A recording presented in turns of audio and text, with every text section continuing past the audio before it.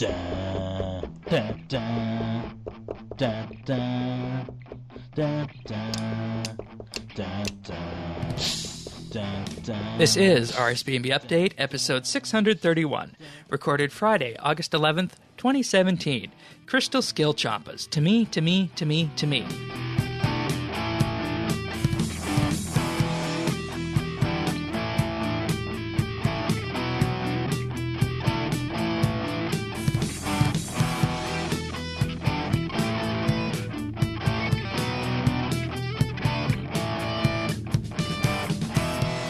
Hello, everybody, and thank you for joining us for RSBANDB Update once again this week.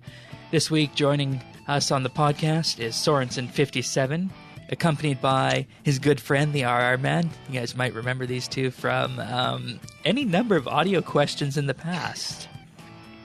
It's pretty good. Hey guys.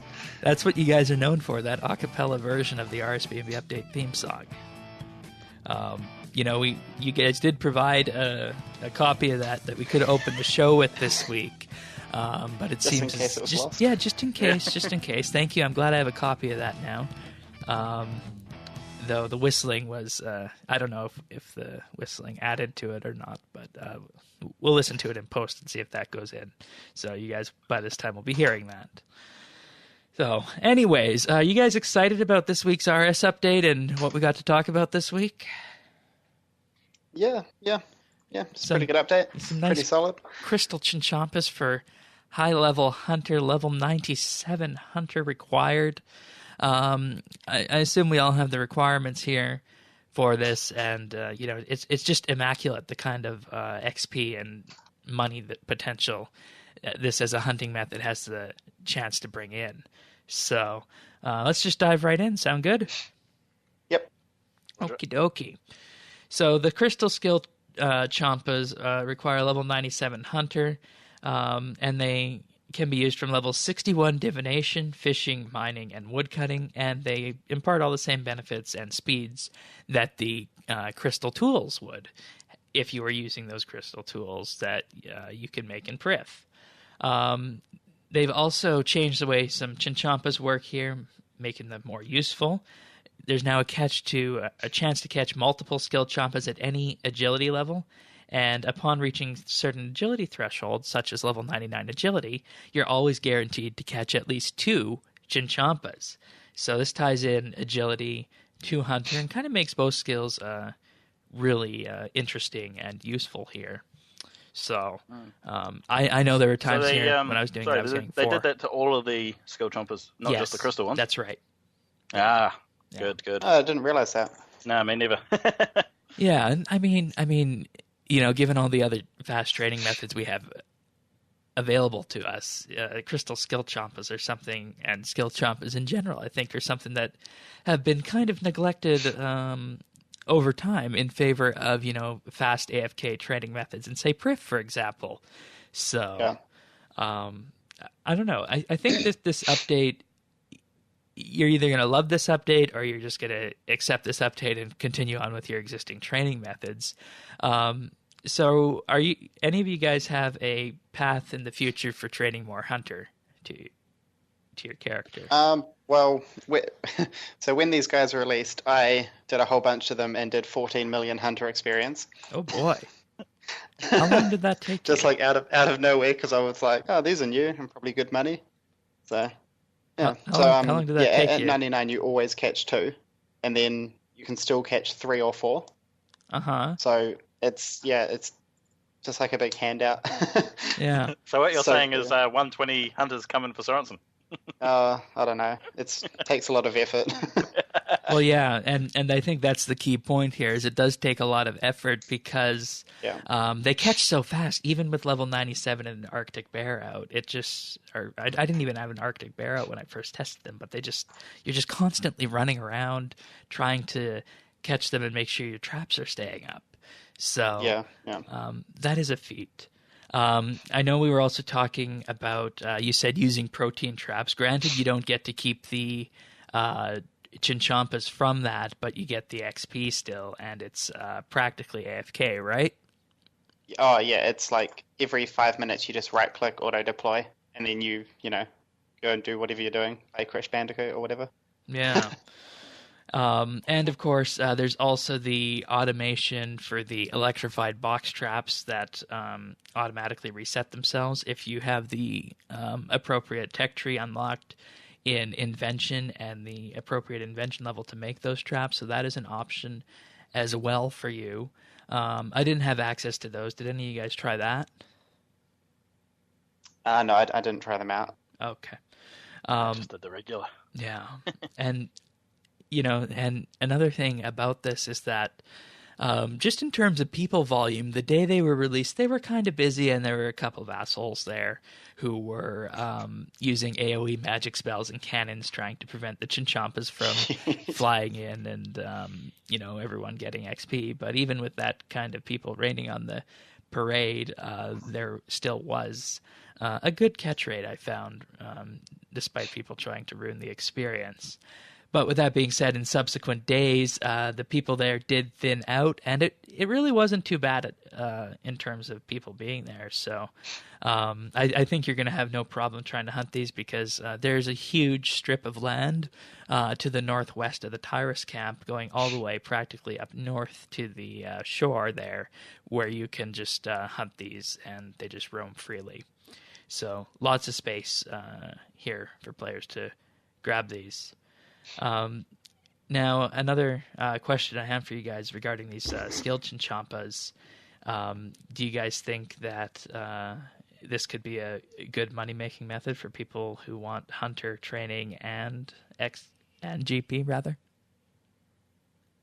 Well, the other day, they've probably dropped now, but a few days after release, there were 5-6 mil GP an hour, which, that paired with almost 1 million experience an hour. That's pretty good. That's that's really. And then if you add in Silverhawks, that adds another like 80k agility experience an hour. Oh wow! So like you can just stack everything up. Yeah. Do you know how many of those you caught in an hour with that to give you that XP rate? No, I've got no idea. All right. Because I assume I could probably. Because I'm assuming you only get the XP for one of them when you get a double. You get the XP. No. You get the XP. Wait, what? 2, really? 3, or 4. Everyone? Yep. Yeah. So at 99, 99 agility, you get 1100 experience minimum per catch. So if you're 97 hunter, get over there now. Exactly. Wow. I sold a few yesterday, and they were selling for about 1,500 GP each. So, I mean, it's dropped again. Oh, okay. Oh. What were they? It's weird because Crimsons are 3k each, and they're the level below, and they're going up. So I don't know what's happening there. Because there should be more Crimsons coming in, if they've added this update to them. Well, I think the reason you might see the Crimsons actually going up instead of the crystal ones is because more people are just doing the crystal ones, so that's where the focus is right now. And besides, a crystal Skillchompa is equivalent to a dragon tool, which at this stage of the game for the vast majority of players out there doesn't really make sense to use one of those. So, if anything, I'd say the money-making from that logic could be in the Crimson ones because, there's always going to be a market for that, but less people are interested in grabbing them, or rather hunting them. So, huge area to the west of the Tyrus camp, free to go hunt. Yesterday when I went back for the second check, there was absolutely no one there. So I think it's a good time to perhaps go dust off those box traps, dust off the hunter outfit, and go hunting. Maybe next month we need a hunter skill a month. That would be an amusing thing to see, wouldn't it? See Sorensen right at the top of the list. No, I burnt out. back to Seren Stones. Yeah.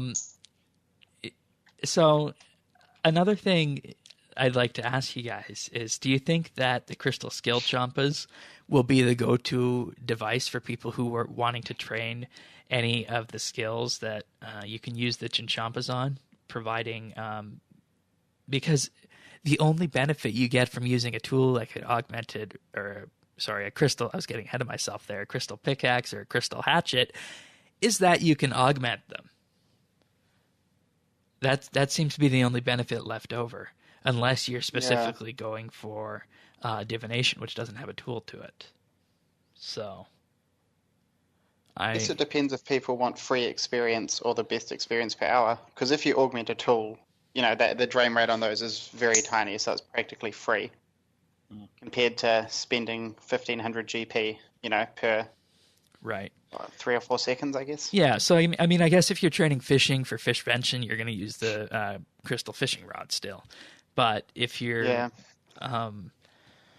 actually, it's probably cheaper to create crystal fishing rods unless you're pairing hunter with fishing. Correct me if I'm wrong, but I seem to remember Mod Timbo saying that if you use these with divination, you'll have a higher chance of getting more energies or something. No, you have a higher chance of getting enriched memories. Oh. So you stack that with other items, and there you go. You got lots of enriched memories coming in and more energy. So that could be really neat. No, you're right, wasn't it? I think it was 22.5%. 22.5%. If I recall. Yeah, I went crazy because it sounded ridiculous. Yeah. And then it's mining, such a boost. Mining and woodcutting are obvious. You just use these if you're training hunter, and you don't want to use a crystal tool or crystal tools out of your price range. Though at some point the prices will equalize, and you're probably better off using a crystal tool, unless you're catching these on your own. Another area I just want to touch on briefly with this before we move on to patch notes this week is who will choose crystal Skillchompa hunting over, say, arc hunting, because I think you guys said arc hunting was upwards of 2 million XP an hour. Turtle bowls, whereas this is just shy or very close to 1 million XP an hour with all the boosts stacked. So. Any reason to stay away from the arc, am I right? I guess. I mean, unless you're going for a whole arc set where you're grinding chimes and whatnot, right? Yeah. But I just thought I'd go for the general player base opinion of the arc. Yeah, it's kind of a shame that that still persists a year after it came out. But disappoints me. But what can you do? Yeah.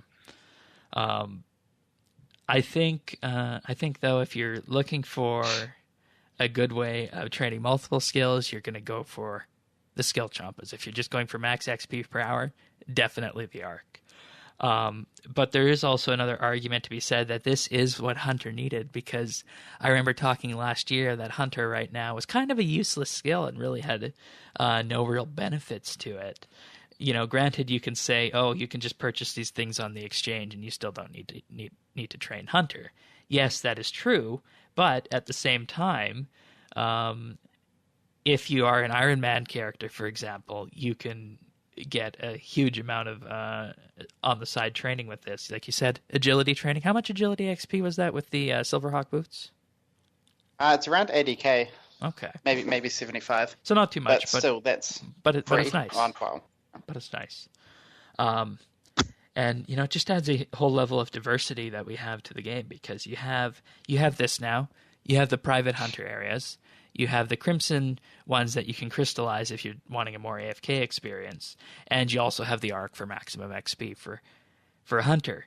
And I think that underscores what modern RuneScape is it's a diverse style of gameplay that has a lot of choice, and you're not penalized for making the wrong choice anymore. So, I think overall this is a well done update. If I had to rate it, I'd probably give it a 4 out of 5. As you guys know, I reserve 5 out of 5s for the very best in terms of quests and whatnot. So, that's Crystal Skillchompas. Unless you guys have anything else on these little critters. Do you reckon? Would you say these are the overloads of Hunter now?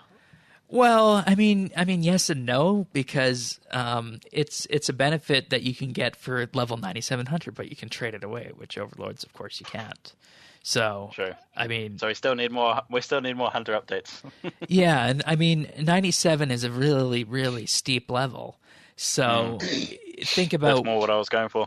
Yeah, so think about where you're at in terms of all the other Hunter updates, and and what they can bring into game, and compare this. We have this at 97. If we had something like this in the 80s and 70s that was really this useful, I would say Hunter is, on its way to becoming one of those not so useless skills to becoming useful again. But I think you could probably call it a half overload. So a half overload. All right. Yeah, because it's tradable and it still requires a very high level to get to. So good stuff. All right, and I cannot underscore how amazing it is to see multiple Skillchompas come in at the same time and see all this XP pop up. It would be really astounding to see what someone could do with this on a bonus XP weekend. Yeah, as soon as you get somebody that's just going to know life it, me. Yeah, and that's why I said maybe we need a Hunter skill of the month. Though I don't know when we last had one of those. But anyways. Alrighty. Anything else on these? Or shall they look beautiful. Yeah, they do. Nice little blue creatures running around the Elven lands, and great with NXT. You can see Priff in the background. Very relaxing. Alrighty. Well, let's move on to the patch notes then. A few very, very interesting things this week.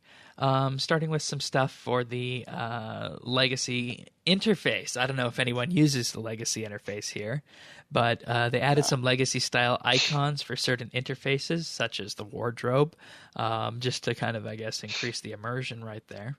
I used the Legacy interface for a bit when it came out because I just found the text easier to read and on the brown. Here's a good one for everyone who checks their oyster at the end of the month. The jellyfish guarding the seaweed patch on the sunken tutorial island has been moved to the northwest corner of the seaweed, so it no longer interferes with the pathing between the seaweed and the oyster. If you often clicked on the seaweed patch, you would get the chance that or the message that you can't reach that because there was a pathing issue in the way. So, every time. Yeah, literally every time. So. God. I know people who've got dyes from that little distraction and diversion at the beginning of the month. Oh, I'm still waiting. Yeah. I often forget to check my oyster. Yeah. I always make sure that's the first thing I do when the month starts because, I mean, hey, it's always guaranteed to be at least a couple free 100,000 GP. That's the one. Yeah. They made some changes to the Menifos Slayer dungeon sigils. I think this is something players have been wanting since Menifos came out. Maximum charges have been changed from 250 to 1,000. Recharging a sigil now only requires 1 vital spark per charge, and the drop rates on the sigil, on the vital sparks has been improved, and the combat. Oh, sorry, that's not part of that one. Oops-a-doozy. So, did you guys move that? Yeah, I pulled it back. Did you guys notice these sigils took too long to come into game when you went to the Menifos Slayer dungeon when it came out? Yeah, I always thought they were a little bit off, so this is a very good change. Yeah, and I think they definitely needed to make the Vital Spark change because I think over time you're going to have less people doing Slayer down there. So it's a change that needed to be made. So, and I mean, this will definitely be good in the future once more sigils come into game. Combat variant of the Spirit Pig now correctly functions as a Beast of Burden. Okay. I had no idea this was an issue, or you could use the Spirit Pack Pig as a Beast of Burden, or rather the combat variant of it, but hey, you learn something new every week, right? Yeah, that's for sure. I need to do that quest. Oh, you haven't done all the quests? No. No. Oh, okay. Well, it's a good thing it's not a quest month then. Or maybe that would have been a good thing. I'd be out of here. Destination of the Water Altar Teleport tablet has been adjusted to account for the recent move. Well done, Jagex. This is, of course... Now they just need to move Shattered Worlds out. Yeah. Of the game, or...? No, it's going to get buffed. It'll be fine. It'll be fine. Funny story on this here.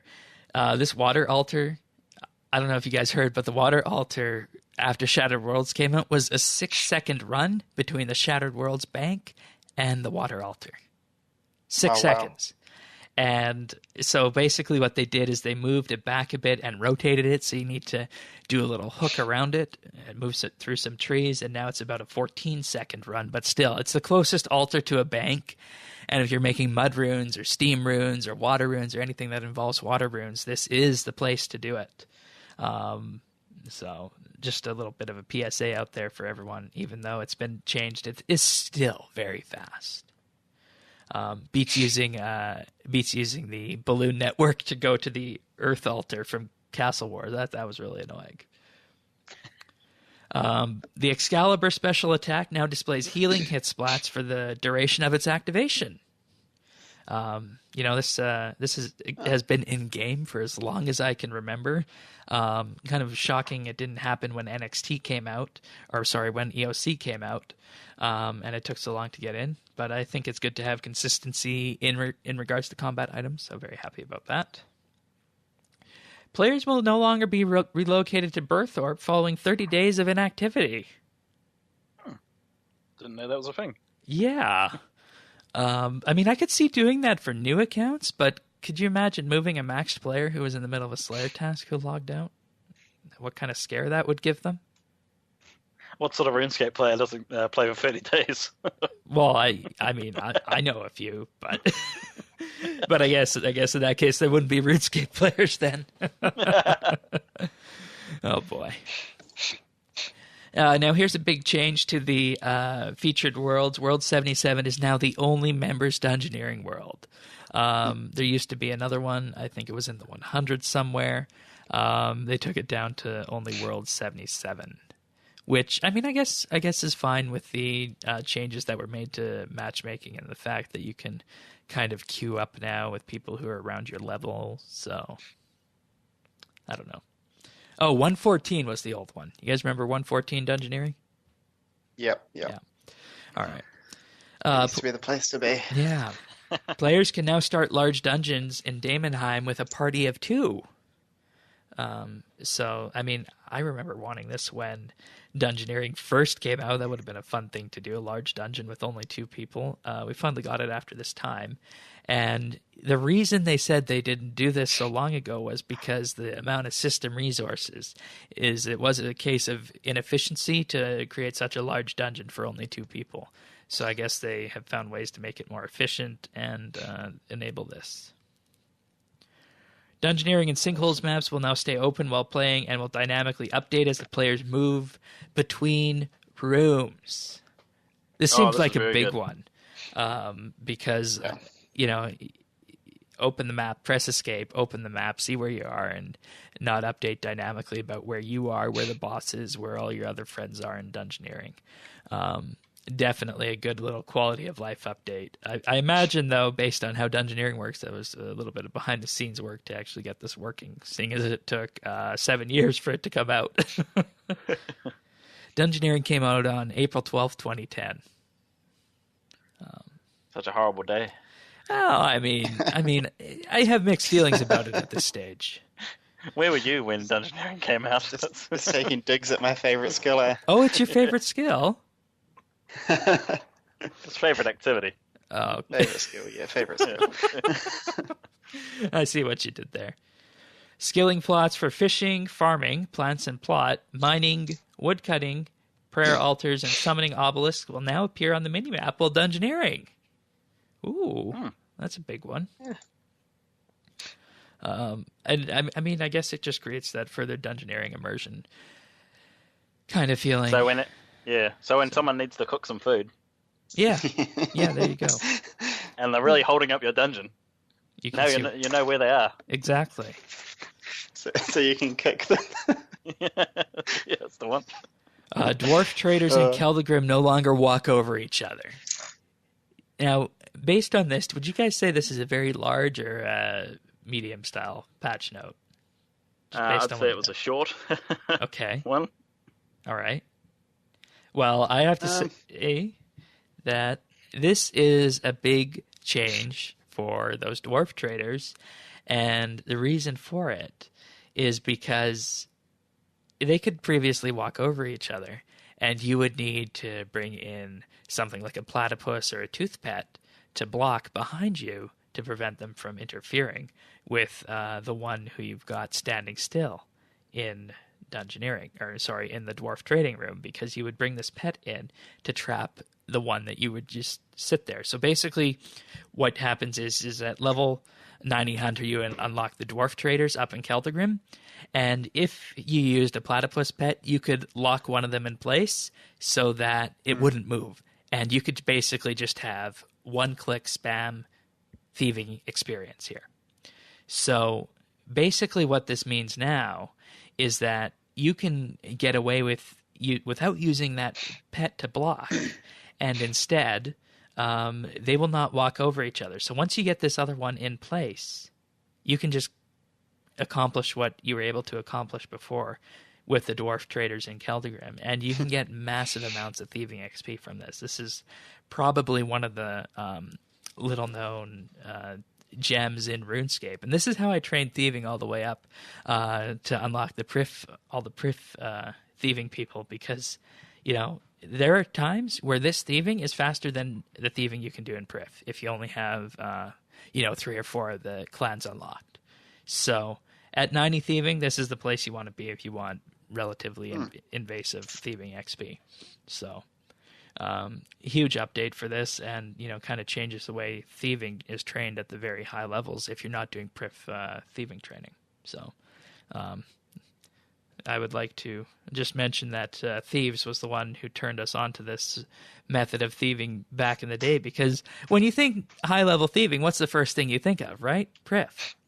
Yeah. So, and there's this other great option out there that is just sitting there and is seldomly used. So, definitely a great thing. The backpack and equip interfaces have been added to the default UI presets. Okay, that's good. I could imagine someone coming back to the game, looking at the new interface system and wondering, where is the backpack and the equipment interface? That would be very distressing to them. The classic UI has been renamed to RS2 default, and layouts for the RS3 default, RS2 default, and retro quick load presets have been updated to better accommodate new players. So, that was something when an RS3 came out, is that the interfaces weren't really, they didn't really transfer over that well from RS2. And I think that upset a lot of people, the fact that you were going to have to move around and try and set up an interface here. So it's about time that we got something that looks like the old RS2 interface. So that's very nice. Very nice. Anything else in the patch notes? No, I want to get to the next step. Yeah. Alrighty. Invention batch 2. Second best skill. Really? Invention is your favorite, or your second favorite skill? Yeah. Okay. Dungeoneering and Invention. Neat. I don't know why. Neat. I can appreciate that. So we got the dev blog on Invention batch 2 this week. This was supposed to be part of expansion 2, and there's been lots of discussion about what are we going to do to fill out Invention, and it kind of had a complete feeling to it, and that's what this dev blog goes to answer. So before we get too far into it, what are you guys' preliminary thoughts on Invention batch 2? I'm so excited. Yeah, as long as I don't add too many more components, because there's already so many of them, and so many of them are just useless. Yeah, and I'd imagine hard to find as well, right? Yeah, depending what you want, yeah. And if you want something, you don't just know where it comes from. You use RS Wiki, and you find out where it comes from. Yeah, and you go and buy 500 daggers. And same thing going for perks, right? If you want to know what kind of perk you can make out of a material, you just look it up. So that's one of the things that will be changed here. But other things I want to do is fill in the 99 to 120 content, which is, kind of lacking after considering non-existent. How long Invention has been out. So that'll be very nice. New devices, the machines, and benefits for moving past level 10 in terms of leveling up your weapon. So, I mean, just the level 10 benefits are going to be very interesting to see. So we didn't really get too much information on what these benefits will be, nor will some of the machines. But what they did say this week is that they are focused still on removing the inspiration system and making devices stackable. And they say that inspiration was a pain for players. It worked fine when the skill was first released or when you're first leveling up. But now, if you're fully leveled up, inspiration is hard to come by.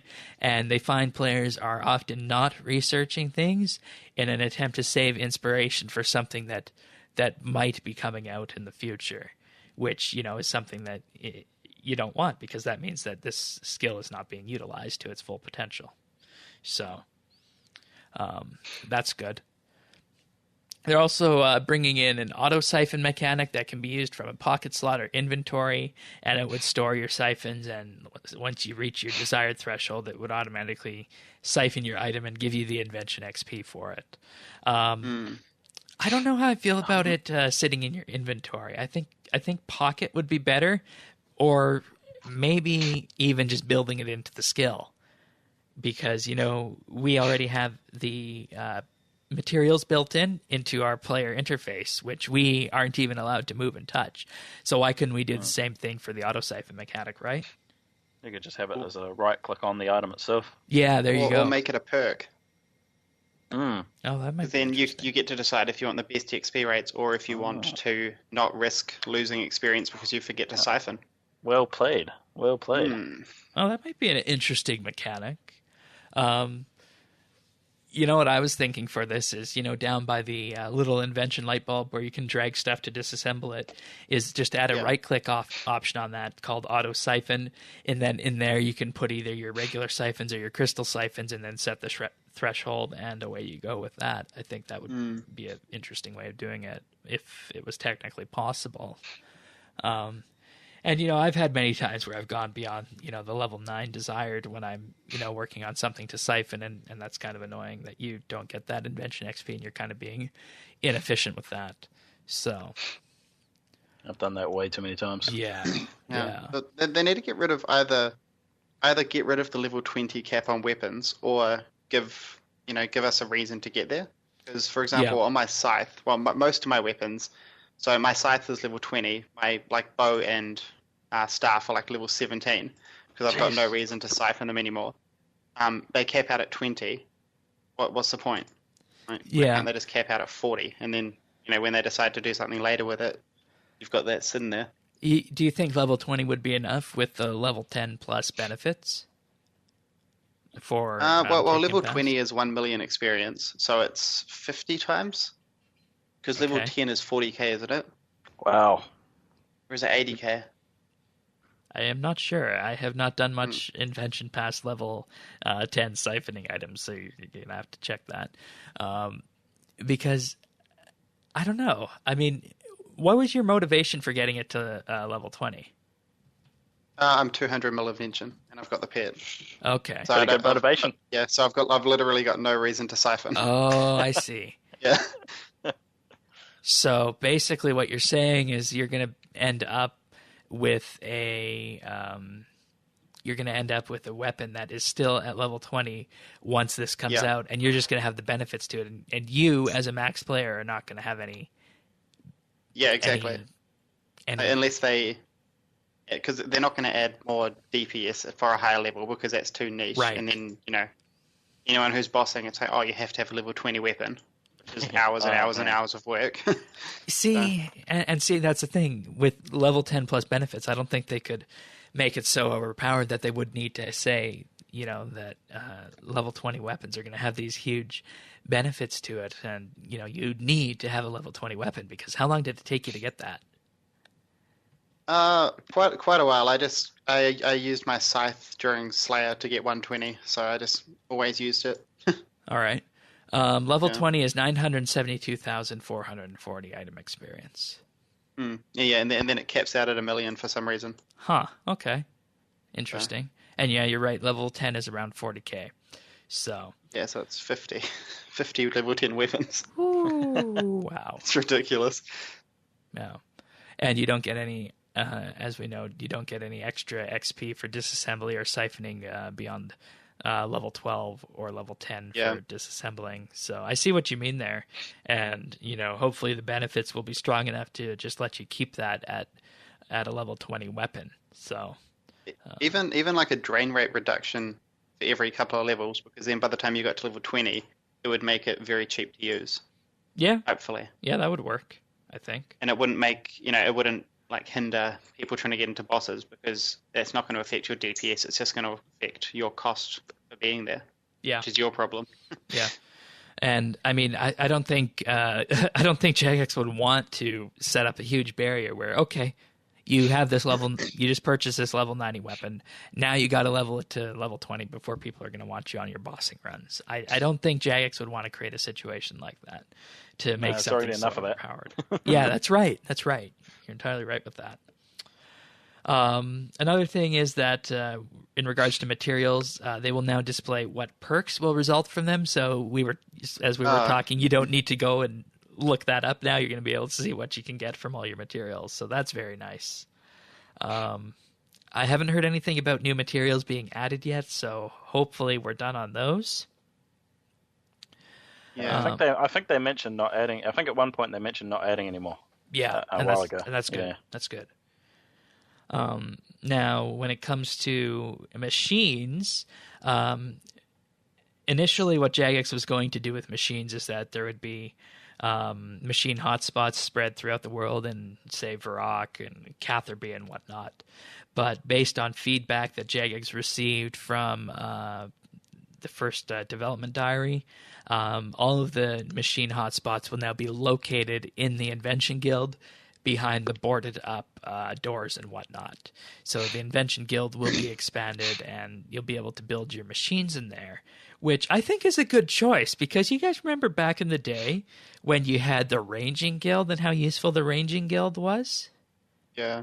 Or the Warriors Guild, for example. Defenders came from the Warriors Guild.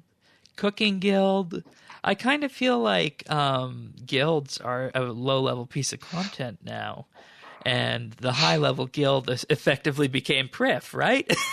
With all of the... Yeah, basically. With all of the unique little training it's like an Omni guild behind it. Yeah, there you go. So it'll be very interesting to see a true high-level guild come apart again as to the Invention Guild and what we can ultimately do there, and see how much time is encouraged to be spent there. So it looks really good. So, and who knows, maybe this might lead to other guilds in the future. Guild updates. We didn't really get much information on what kind of machines that are going to be coming with this update, but Jagex feels they're on the right path based on the suggestions that they've seen from players in this. So that's good, I think. Basically kind of automation things, the potion maker and whatnot, like we heard before. A feature outside of machines that they talked about was an adrenaline dummy that you could build. This would basically be something that you would attack to build up your adrenaline. You could put it in a boss area and be ready to open up with a few ultimates when the boss spawns, and you wouldn't get XP from it. So that's kind of an interesting idea right there. So it would stop the need for adrenaline stalling. What is adrenaline stalling? So just say you're at, I don't know, Bandos, for example, between the kill, you'll, do a surge, and then you'll do an anticipation, and then you'll do a freedom, and then the boss is spawned, and you can start with a berserk. Oh, okay, I see what you mean. So, so instead of doing that, you just attack the dummy, I guess. All right. Yeah. So it's something that already sort of exists, I guess, but, it doesn't exist, but yeah, but gives players sort of do it. An official way of doing it. Yeah. Okay. Because I think people would do it with the ones from Treasure Hunter, eh? The like mage dummies and stuff, yeah. That's the one, yeah. Oh, I see. Oh, so that's what those are useful for. All right. Interesting. Yeah. They're also going to be adding a cosmetic toggle to hide the cogs on augmented items. Of course, this will only be for PVM areas. If you go into a PvP area, the cogs will still show.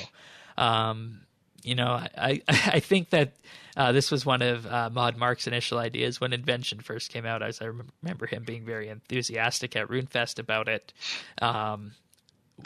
What do you guys think of the cogs on Invention items?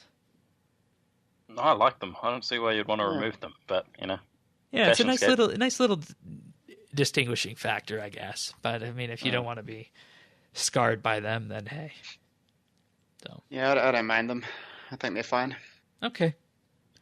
And that's pretty much all we got from Invention Batch 2 Dev Diary here, the second one. It was a lot shorter than I expected, only came in about 6 minutes. Anything else you guys want to talk about regarding Invention or Batch 2 or the video? Yeah, there wasn't really much there. It was kind of stuff we already knew or had been told, but still excited for it. Can't wait. Yeah, I mean, it's shaping up to make it a very wholesome skill, and they say this is going to be the last major update to Invention for the foreseeable future, because they feel this effectively will be completing the skill. So. Yeah, which should have been done a long time ago, but we've crossed that bridge and talked about that many times before. We'll finally have Invention. The skill will be complete. All right. There was one final thing here at the end of this video. It was, I think perhaps was what everyone laughed about in this video. And, there's always something like that at the very end of the video when Mod Dag is telling people to subscribe. He does this very interesting little wink and wave. I don't know if you guys saw that at the end, but it ended up making itself a GIF on Twitter. Did you guys see that? I clicked. Sounds like I don't want to. Yeah, exactly. Here, let me pull up a link for you guys here. Oh, thank you for that. Yeah, I mean, I can imagine what it is. Yeah, here, let me open it up right here, and it is a GIF on Mod Timbo's Twitter page. There you go. Tell me what you guys think of that. Let's have a look. Am I looking at... Oh. You're looking at the GIF. Wait. Oh, I got you, yeah. Oh, yeah. Alex will be a big fan of that. Will I? Oh, God. That's real cringy. Yeah, it is very cringy. Mod Dag says goodbye. All right. Well, then. We do have a polling update this week. They did put in the polls for the clue scroll improvements. So, these won with whopping majorities. They had a 75% threshold requirement to pass. So the first one was for emote clue improvements. The options are yes, remove the need to carry or store extra equipment. No, leave the emotes as they are. 87% say to remove the need to carry or store extra equipment. And 12% say leave it as it is. That is a huge majority to get rid of emote clues. Or at least remove one of the biggest ever, equipment side. Yeah. And I have talked with many people about this before. Hard clue scrolls, medium clue scrolls, and easy clue scrolls. The reason I personally don't do them, and I find elite clues easier, is because I have to go to a bank and find all of these items that are in my bank and bring them with me for the clue scroll, and then go to a location, perform an emote, and then go get other stuff along the way. And it's just really annoying to do that. Whereas with an elite clue scroll, I just get the elite clue scroll. I can go. I don't need to use a guide. I don't need to, have any kind of pointer as to, what to bring from my bank. I just go and do the clue, solve a few puzzles, and away I go. So I voted yes on this. How about you guys? Yeah, definitely a yes. Yeah. Get some of those other clues that have been sitting there for ages. I'll get them done. Yeah, because, I mean, it is a true bottleneck in terms of preventing you from doing easy, medium, and hard clues, I find. I don't know if you guys find that. You guys find that? Yeah. Well, it's the elite shouldn't be easy. Well, it's not really a difficulty sort of thing. It's like, but the elite shouldn't be, better to do than the ones below it, which is how I've always found it. Yeah, exactly. Yeah, I only do elites. Mm. All right. And then the next one, should you be allowed to have multiple clue scrolls of the same type? 84% say yes, 15% say no. Once again, this had a 75% requirement to pass. So this means that you can now with this, presumably stacked clue scrolls in your bank or your inventory. I voted no on this. What did you guys vote? Oh, really? I went yes all the way. They stack, so okay. I went yes. Destroy your bank. And see, the reason I voted no on this is, I can see the benefit to it, and I can see how getting multiple clue scrolls from a single Slayer task or a single thieving run is a great thing, and then just having a clue scroll day. But when it comes down to it, I just think that for me personally, I'm of the person where I get a clue scroll, I go do it right away. I don't need it.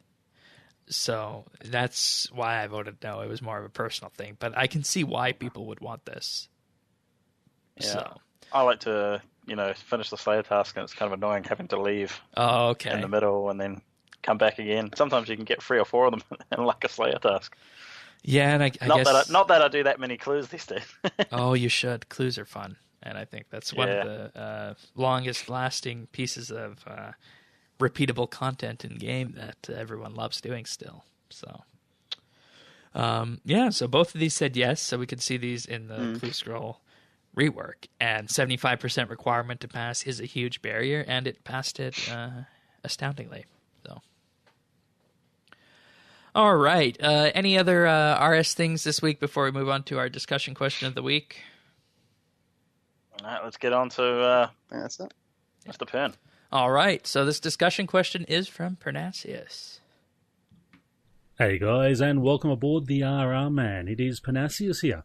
My question this week pertains to the Oddments we saw introduced last week on Treasure Hunter. We saw a great addition of the Spring Cleaner and Silverhawk boots given for free to players who had missed these as Treasure Hunter drops earlier when released, especially as they have also been given as prizes during the Christmas Advent calendar and such. However, we also saw the Energized Arm Cannons from the Heart of Gielinor mini-world event, the Sword of Radalin from the Felidor mini-world event, and the Mystical Staff from the Builder Fair event, which were all rewards for players who were playing during that time and participated in these 2-week, time-locked, time-consuming events. Do you feel this is fair to those players who participated in those events, especially in light of the fact that other players who were not around when things like the Scythe, the Santa costume and the like, which are also untradeable event rewards, are not on offer in any form? Personally, I find it a double standard that, even though reintroducing those earlier untradeable holiday event items did win an in-game poll to have them released for loyalty points, albeit as a slightly adjusted model, was canned because older players complained that it cheapened their items as they were playing when they were released, and people who weren't should not get access to them, even if it is a different model. Is this a precedent that can be used to perhaps bring back discussion on those older untradables and allow loyal customers the ability to use their loyalty points to gain said items? Would love to hear your thoughts on this matter. Once again, thank you for the great podcast, and I'll see you all next time. I think Pern hit the nail on the head here with this because,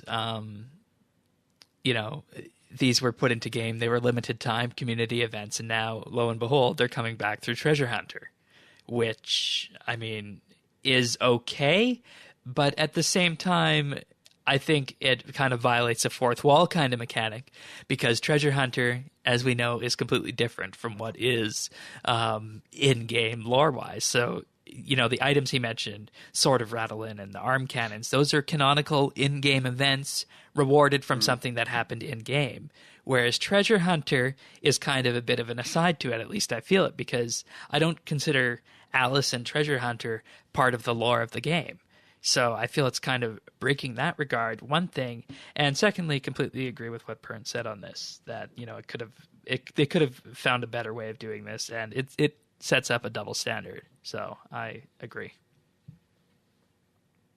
Well, the loyalty points definitely need some love. They need some love. They need some improvement. So I think he's spot on there with that idea. But I don't know if they'd do it. This Treasure Hunter is just, the Treasure Hunter. They love it. Yeah. Treasure Hunter, they make money, loyalty points. They don't have to do anything. And see, the thing with this also is that if you just put them in the loyalty reward store, that would really devalue them for people who got them through the actual event themselves. And in some ways, that's what Treasure Hunter does as well. So I think what they should have done, and the way I put it last week when I was talking about Oddments, is that what you do is you run a wild card kind of community event. It could be in Lumbridge, it could be in Catherby, it could be at Christmas time. I don't know. It could be anywhere. And basically at this event, you just get tokens, generic tokens, and you can use these tokens to purchase cosmetics from any of the past events. I think that would have been the best way of going about this for these past event rewards, Sword of Rattlin, etc. Because let's face it, people love doing these community events when there's a novel reward to get from them, right? Or they can choose what skill to put the XP in. Yeah, especially with the last one. I can't remember what it was, but the Menaphos the one? amount of bonuses. Or no. Yeah. Build a Beach. No. Yeah, Build a Beach. The amount of experience you get from that's just free. Yeah. It just makes people do it. Yeah. And, I mean, what you do is, we have the Christmas event normally running from December 5th or 6th, give or take, through the first week of January. So what you do for the 2 weeks before that, around American Thanksgiving, is you just run one of these wildcard events, and you have it as the kind of build-up to the holiday season. And what you can do with that is you can get any of the past event rewards that you have missed from the ones like Build a Beach and Sword of Rattlin and Energized Arm Cannons. And then what you could do is that if your account is of sufficient age, you could tie in an extra loyalty point purchase on top of it with doing this event to get some of these old cosmetic rewards that they pulled in the past.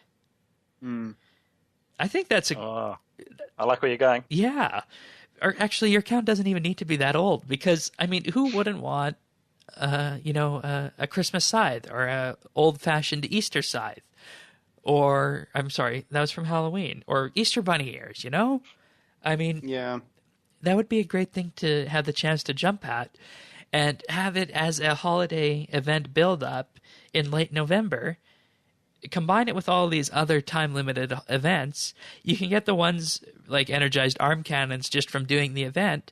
But if you want to get, say, Easter Bunny ears or a Halloween scythe, all you'd have to do is throw in a few extra loyalty points along the way from completing a certain phase of the event.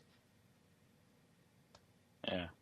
At the end of the day, there's so many other items they could put on Treasure Hunter. They don't need to devalue these things. And I mean, this was Oddments, which basically, the more keys you opened, you got 10 per, the more Oddments you get.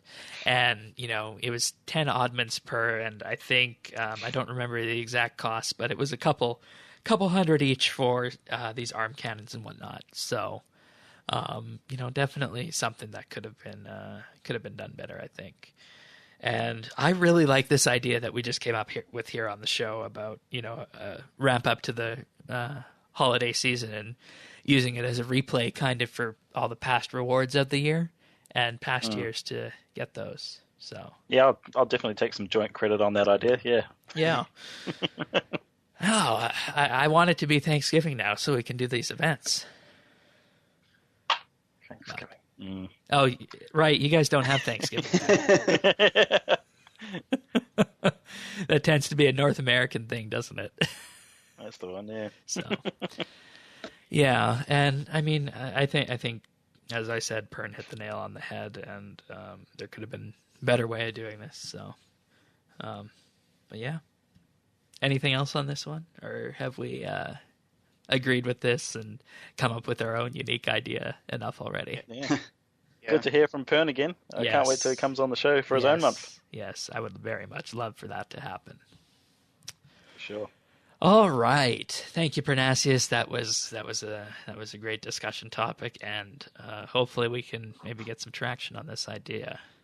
I should write that up and get it going. Post it on no, not that website. I mean, you're entirely free to go and do that if you want. I mean, you can do what you want. I'm having no part of that. All right. All right. If you guys want to send questions in, visit update.rsbnb.com/ask, or you can call or text 571-57BNB, which is 571-572-2632. You can also leave us a direct message on Twitter if you're a Twitterer at RSBANDB. All right. You guys ready for some tech news? Yep. So, this week, Facebook has launched a competitor to YouTube, and they're calling it Watch. They're just calling it Watch. Yeah. And I don't know. They say it's their own platform for watching TV shows, and they obviously are going to tailor it towards your interests with whatever you like and whatnot on Facebook. But I think they're probably a good number of years too late to this game, because there's already so many services in place for doing this. YouTube, Hulu, Netflix, you name it. You can watch all these shows right there. I think what can differentiate it, though, is that they are also opening it up to other shows like podcasts and online TV networks and whatnot. It seems like you do have to have a very large following for this, and they can also be live streamed at the same time. And also, it's going to suggest things based on, of course, what you like on Facebook. And it seems as though this is Facebook's next portion of their strategy to become an all-in-one kind of media solution for the modern era. Because, we talked about a while ago, they're opening up a news publishing platform where websites like Wall Street Journal and New York Times can post and publish their articles directly on Facebook. And the goal with this is to have online personalities to celebrities streaming live video, and eventually major sports broadcasts being broadcast live here on Facebook. Now, I'm not going to, put this out there as an entire option, but I think that if this product was able to get enough traction, it could potentially be a TV killer if Facebook did it right. But I don't think people are going to give up their online watching habits at YouTube and whatnot to start watching on Facebook. So no, I'm not. Yeah. I mean, sure, it might draw enough people to, watch videos on a day-to-day basis and watch videos on Facebook, but I don't think they're going to supplant Netflix, Hulu, YouTube, or any of those other big ones. It seems a bit counterproductive on their part, because usually people watch a TV show while looking at Facebook. So they're just going to be on the Facebook, and they're not going to be able to like all the posts and share it to their friends. Well, they could potentially come up with a solution to that. The solution... It's sort of just like the don't fix what's not broken. Like, YouTube's fine. Just use YouTube. I don't need Facebook to try and be YouTube.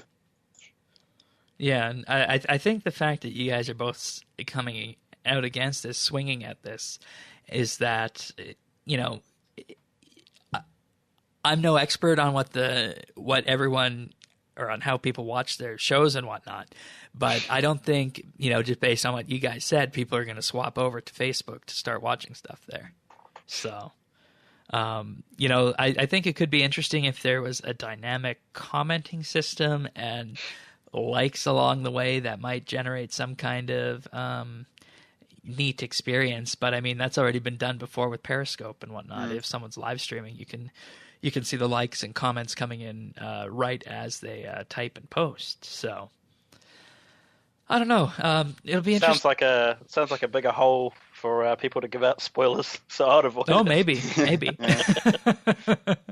Who knows? I don't know. I think it would ultimately depend on what kind of shows they can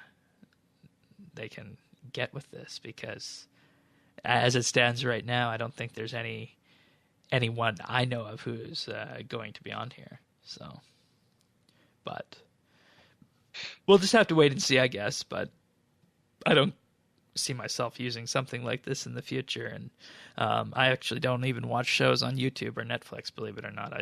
I'm still very much conventional TV. So, all right.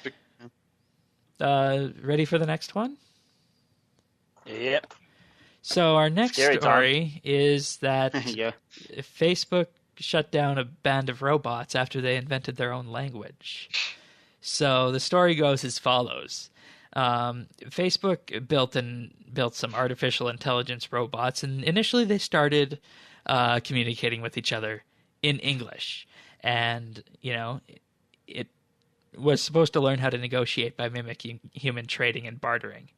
And when these two programs were paired to trade against each other, they basically built their own language that humans could not understand.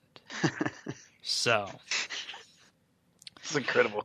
Here's an example of the Facebook AI language. The bots were named Bob and Alice. Bob said, "I can I everything else." Alice says, "Balls have zero to me, to me, to me, to me, to me, to me, to me, to me, to me, to me, to me."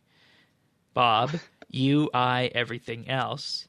Alice, "Balls have a ball to me, to me, to me, to me, to me, to me, to me." Bob, I can I, everything else. Alice, "Balls have a ball to me, to me, to me, to me, to me, to me." Bob, I. And that's where they pulled the plug out.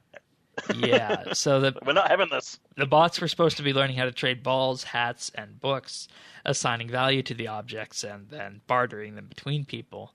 And since there was no reward for conducting the trades in English, the bots quickly developed their own terms for the deals. There was no reward for sticking to the English language. So the example is that, like if I say "the" 5 times, you interpret that to mean I want 5 copies of this items. This isn't so different as to the way of communities of humans create shorthand.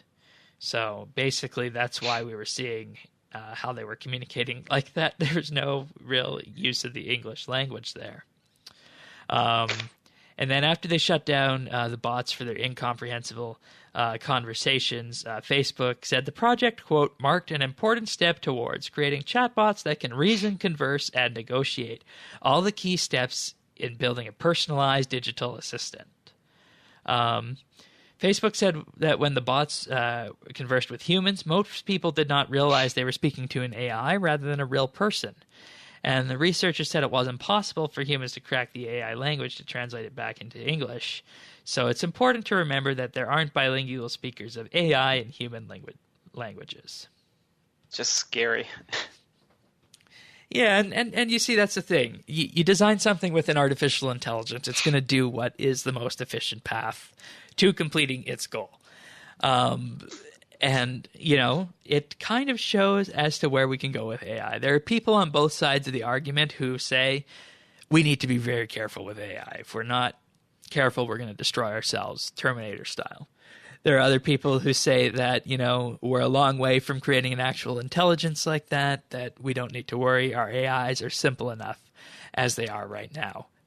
The latter part is true, but the former could potentially be true in the future once we start getting faster compute languages and we can actually allow these bots to create complex language webs, kind of how complicated the English language is. Because I don't know if we realize it day to day, but the language we communicate with as people to people is really complicated. So, once a bot is able to do that, that really signifies a new step in AI research, which we're kind of getting there, but it looks still like gibberish to us, even though it's using English words. So, and, there have been other experiments with bots as well. Do you guys remember the Tay chatbot from Microsoft last year? That was hilarious. They basically put this chatbot on the internet without any filters, and within a day it had become the most racist thing on Twitter. Oh, yeah. I remember that. So, and I'd imagine we're going to see more cases like this in the future of how bots can communicate with one another. So, all right. Anything else on that one? Nah. Okay. Just scary. Next up, Disney is pulling all of its movies from Netflix and is going to be starting its own streaming service. This is a little bit odd, isn't it? Because think of how many people have kids and want to watch Disney movies on Netflix. you're going to be missing a lot of shows. They're going to make some big bucks. Yeah, because, I mean, think of the catalog that they have available that they can stream. So, I mean, it's kind of disappointing to see this fragmentation of the streaming market where if you want to watch content from a certain company, you have to go elsewhere. And in some ways, it kind of reminds me of the olden days of HD DVD versus Blu-ray. Do you guys remember that? No? Yep. Okay. So basically, what they're going to be doing is they're pulling all their movies from Netflix, and starting in 2019, they're going to be having their own streaming service, and it's going to start in the U.S. and then expand globally. And, you know, Disney's CEO said, you know, they still have a, quote, good relationship with Netflix, but they wanted to exercise this option to move content off of Netflix. And all movies removed will include Disney as well as Pixar's titles. Wow. Yeah, that's a lot. I wonder Yeah. Does Disney titles include Star Wars now being removed off Netflix?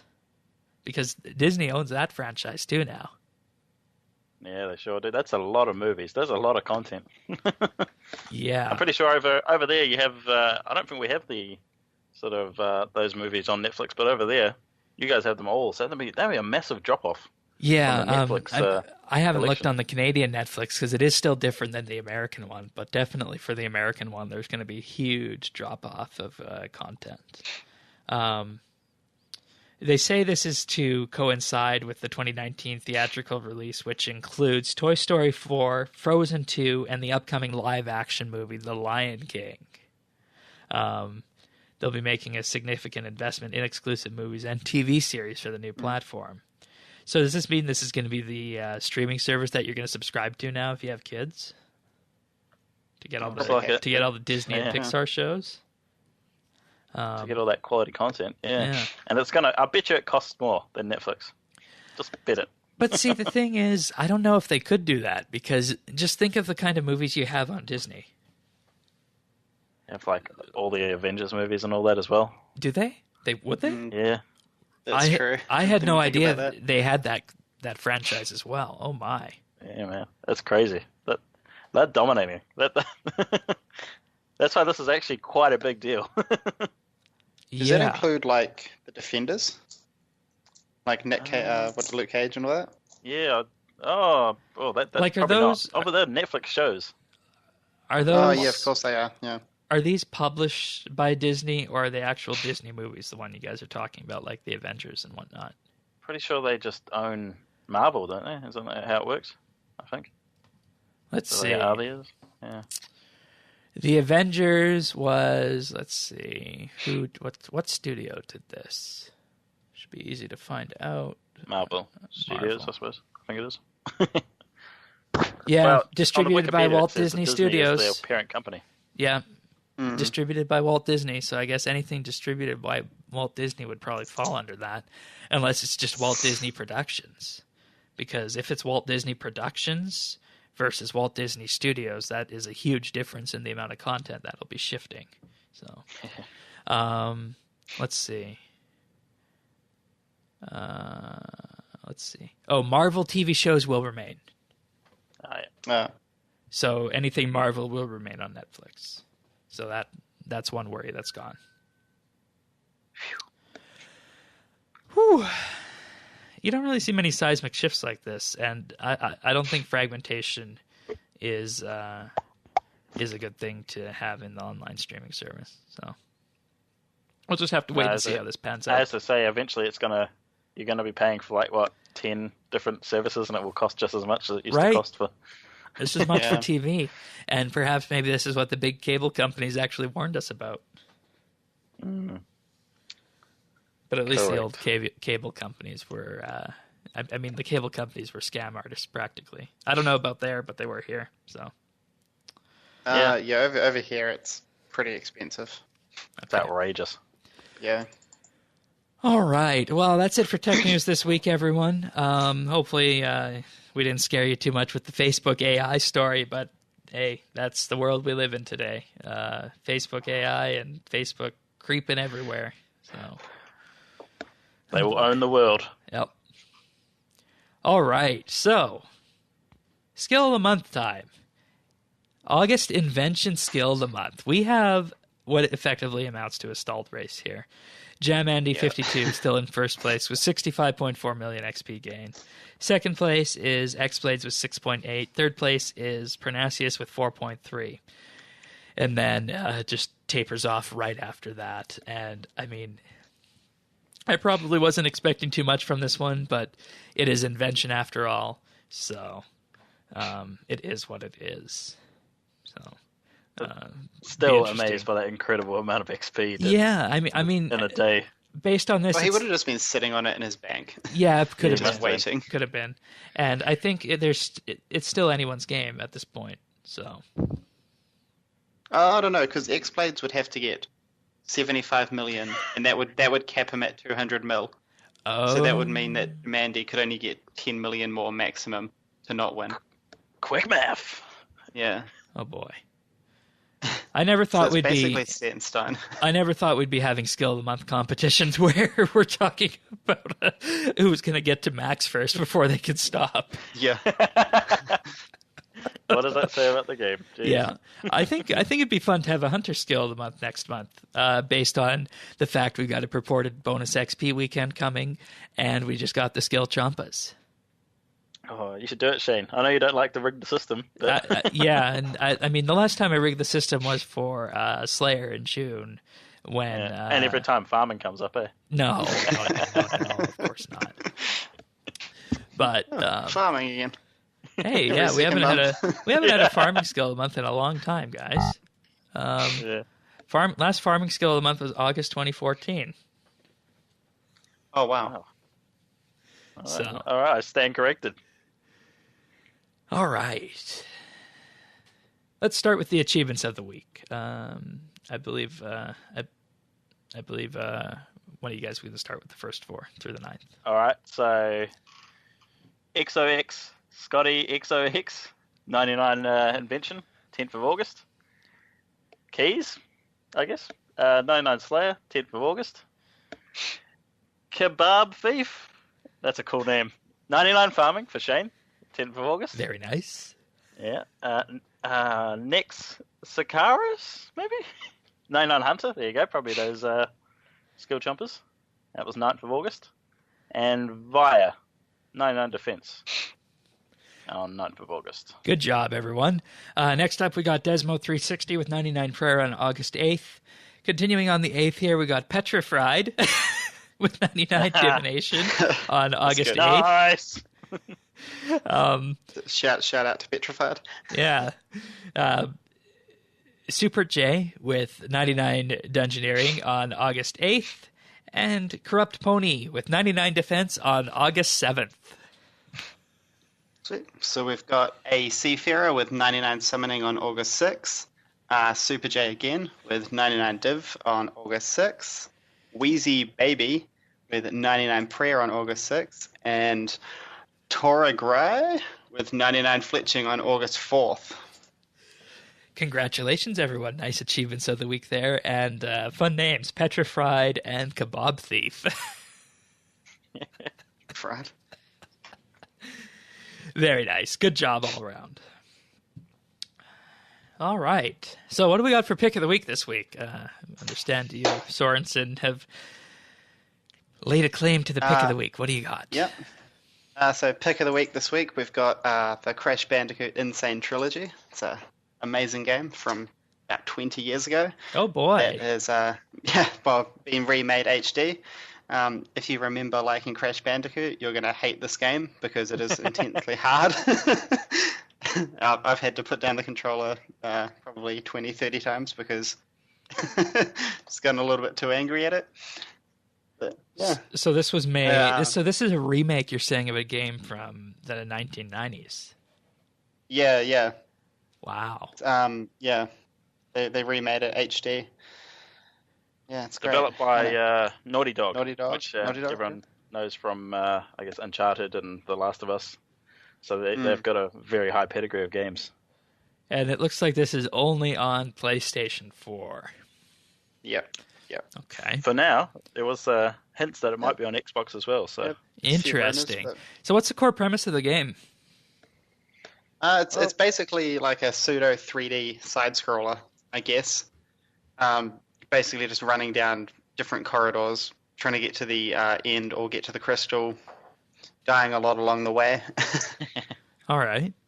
It's very basic, but yeah, it's just nostalgic, I guess. Is it a game that you can relax with, or is it gonna make you? Yeah, it's pretty relaxing, but yeah, it's a lot harder than people will remember it. Was the original one in 3D? Yeah. Okay. That's neat. They've done a flawless recreation. It looks amazing. Yeah, it looks really great. I'd like to see some of the, this is kind of just a bit of a side topic, but some of the old N64 games remade in HD. I think that'd be a really fun thing to do for the Nintendo Switch at this day and age, and I think you could entice a lot of people to buy Switches if you did that. Imagine Super Mario 64. And I imagine this is the same kind of thing that happened here, because this would have came out on what, PS2 back in the day? PS1. Oh, PS1. Wow. All right. So going really far back.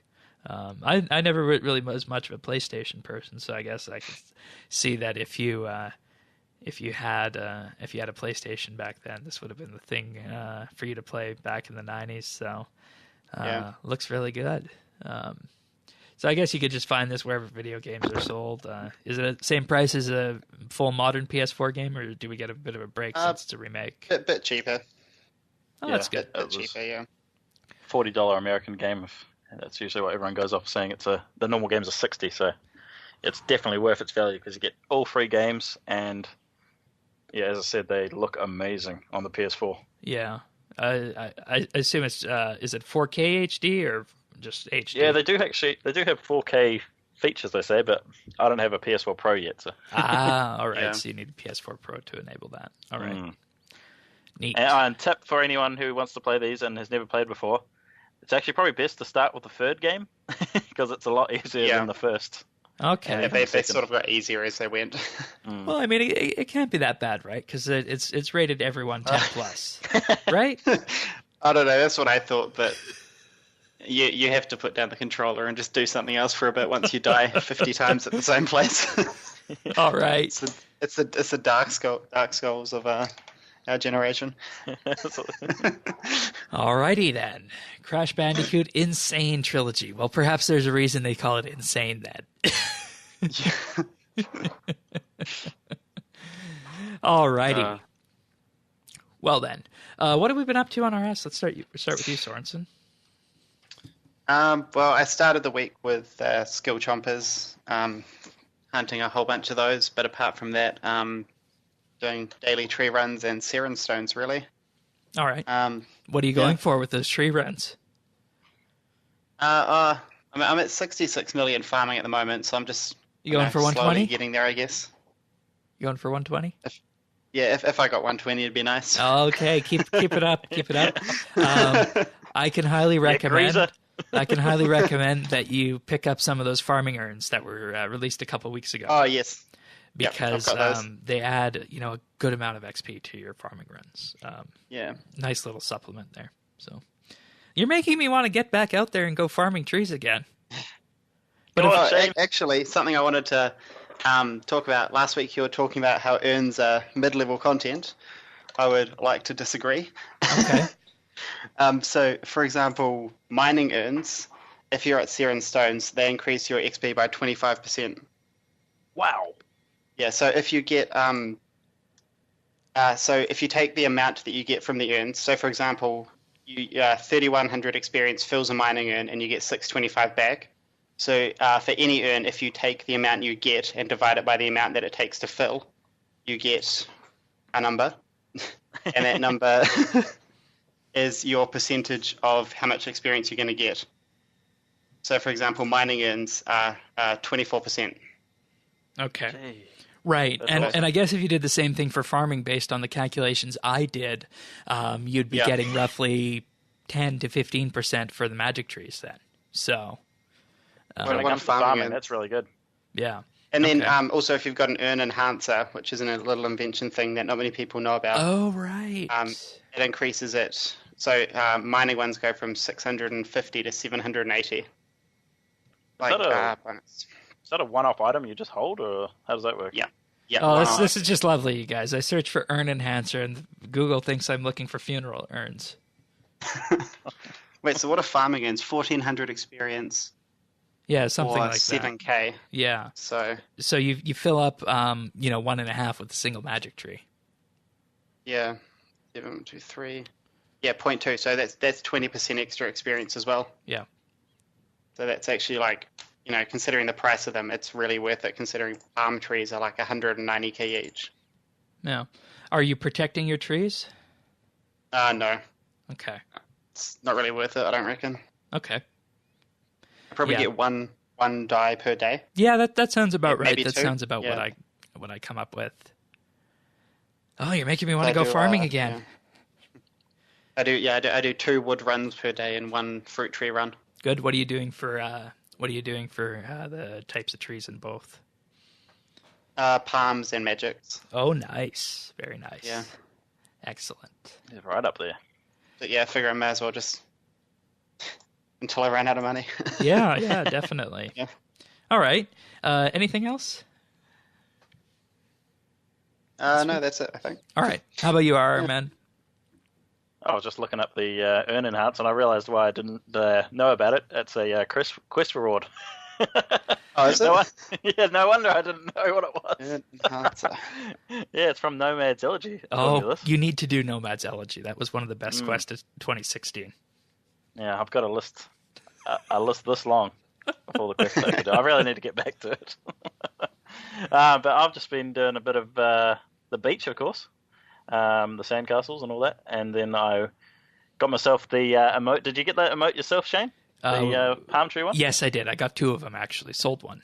Yeah, it's lovely. Yeah, Yeah. Good on you. Yeah, I was happy with that. And then I went and tried the Skillchompas for a little while, and as Sorensen said, really good. They you just keep on going. You don't stop at all. And then just back to the crystal tree. Yeah. Get that 120 woodcutting. Very nice. Very nice. And, the only way all of this could be made better this week of what we're doing is if we could play already on mobile, I think. Oh, yeah. That's Anything AFK on mobile is going to be like, it's going to compete with Pokemon Go for battery life. Could you imagine multitasking Pokemon Go and RuneScape? Yeah. the dream. I just have to click on the Seren Stone. Oh, the dream. All Get right. out there and get your Zapdoses, people. Yeah. Oh, they added those to the game? Yeah, this week only. Really? Had Fascinating. the legendary birds out. Do you need any kind of tomorrow. special balls to catch them, or just the standard one work? There's some special balls. You get them. They've got raids in the game now, so long story short, I feel you so get far some special behind balls. on that. I feel so far behind on that. But anyways, this is not Pokemon Go update, as we have talked about before, even though that's an appealing game. As for me this week on RS, tested the Crystal Skillchompas, did my weekly clue scroll, nothing that amazing from them, but I guess I can see why stacking clue scrolls would be good. You just go thieving for an hour and stack up a couple of elites and off you go. Aside from that, just working at the beach, doing the construction portion of it. I don't know what you guys are doing, but I'm doing construction at the beach. Just because construction costs, and if you can get free construction XP, why not, right? Exactly. Yeah. So that's all I've been up to this week on RS. So definitely looking forward to doing some more of that this weekend. So anything else before we go? Nope. Get those audio questions in. Yeah, that would be great. More audio questions, more discussion topics in general. We always love those. So, all right. Well, with that being said, thank you for being here, both of us. And I'll just mention once again that the RR-Man and Sorensen 57 are the 2 fine individuals who, back in the day, would open up their audio questions with the a cappella version of the RSBANDB update theme song. So, thank you guys for doing that, and you guys made a real impact on me and the listeners and this podcast with that. So, thank you to the both of you. Thank you for letting us come on together. Yeah. It was really enjoyable. So great having both of you on, and we'll see you next week for another episode of RSBANDB Update. Thank you for sharing your time with us. Nice being here. Thanks, Shane. Thanks, RR Man.